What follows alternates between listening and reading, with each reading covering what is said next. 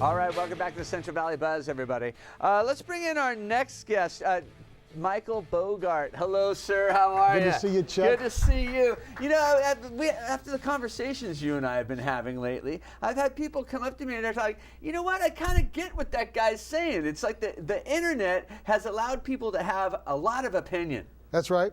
Yeah, and maybe the millennials who you're trying to get back into the church are maybe more opinionated, I should say. Well, I think what they've gotten used to expressing opinion without the kind of consequences that normally happen in face-to-face dialogue. Right. I mean, you know, you see the other person's reaction face-to-face. You're sort of reading the whole body, whereas on the internet, it's all just text on a screen. Right, right. And I've seen some highly mean things said on the internet that I'm pretty sure the people wouldn't say face to face to people. Well, you'd like to think that you'd be more polite in a face-to-face situation. Right. But on screen, I mean, it's easy to be rude and opinionated and mean. Even. Right. You know, Well, let's not fool ourselves, though. Religion's been starting fights for many years. certainly, yeah, Right? that's right. What was the first one? The first religious fight. Is this a pop quiz? I don't know. I mean, I know that it happens. I just don't get it. You go back to the Old Testament, and people were fighting about religion then. You go back to India, they were fighting then. I mean, China, I'm sure. You go back to the most ancient documents we have in history, and there are religious disputes.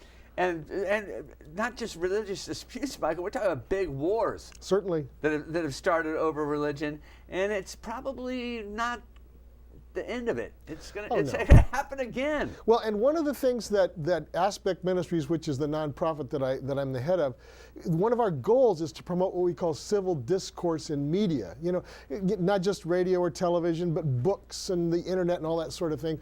How do you talk nice about controversial issues? This is something that not many people are addressing. And Christians, of course, you know, which I represent, get accused a lot of the time of being mean and hateful. I see it. I see it. I see that someone says something against what they say. I've seen people put up a religious meme.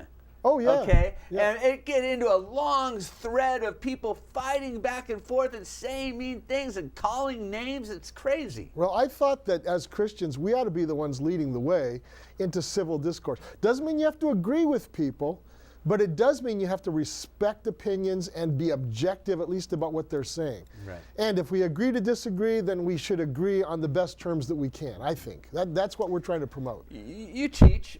Yes, I do. At West Hills College. Yes. What do the kids say to you in these classes? Well, you know, they started me out more than 20 years ago as a part-time teacher teaching world religion, and I thought, you know, at the time I was pastoring a church, and I thought, how does a pastor teach Buddhism or Islam, you know, which is, you know, one of the things you have to teach. But you needed the money. I needed the money. Right. Yeah. But, you know, I came to the conclusion that truth is truth. You know, you can teach the facts about all these other religious points of view. Doesn't mean you have to agree with them, but you do have to present them fairly. It's not fair to present, for example, Islam as a Christian. It's not fair to present them in a light that they wouldn't agree, yes, that really represents us. So I've learned over the course of, you know, lots of trial and error how to do that. And I think my students feel like they get a pretty good course when they take it from me. But are they going back to church, Michael? Some are, yes. Some are. I mean, students from my class you're talking Right. about?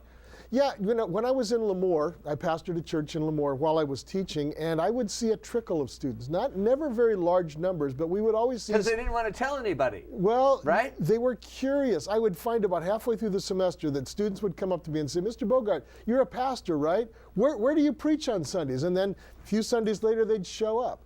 And I always felt like that was a good testimony to the fact that they felt they could trust me. Sure. And that they could have a good experience both inside class and also at a church service. Do people go to church and not tell their friends they go? I'm sure they do. Yeah. I'm sure they do. Yeah. What denomination do you fall under? Well, I have my ordination is under Conservative Baptist. Not many people know what that is. Conservative Baptist? Yeah. Please explain. Well, Meaning that back in the 40s, there was a split among what they called then the Northern Baptists. And the Southern Baptists. Well, rolling with snakes and stuff. That's 1845. That was over slavery. Okay. In the 1940s, the Northern Baptists, as opposed to the Southern Baptists, Wait, split. hold on. What do you mean rolling snakes is about slavery? No. The North-South split was about slavery, 1845. Okay. Yeah, and the snake handlers. I was about ready to get all over you there, Michael. They're not really Southern Baptists. They might be in the South, but they're not Southern Baptists. So I have to make that disclaimer for my Southern Baptist friends.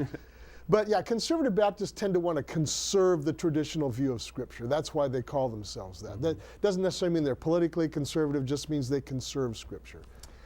Real quick, before we have to take off, why don't you just talk to the kids at home? I want you to talk to them and tell them why they should maybe be going back to church. Well, because if you accept that God exists, which not everybody does these days, but if you accept that God exists, He's a loving, wise, gracious God. And when Jesus was here, he created a sensation in that his message was God takes back the most unlikely people.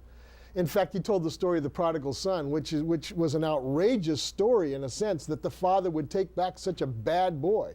And that, of course, represented God. And it shows the extent to which God will go to bring people back to himself. And that's a God that's worth knowing, and that's a God that's worth living for. That's what I would say to this generation. Wow. There you go, right there. Hey, Mike, I want to thank you for coming by every Wednesday and hanging out with me. It's a pleasure, I like your message. Hey, we're going to take a quick commercial break, and we'll be right back. Stick around.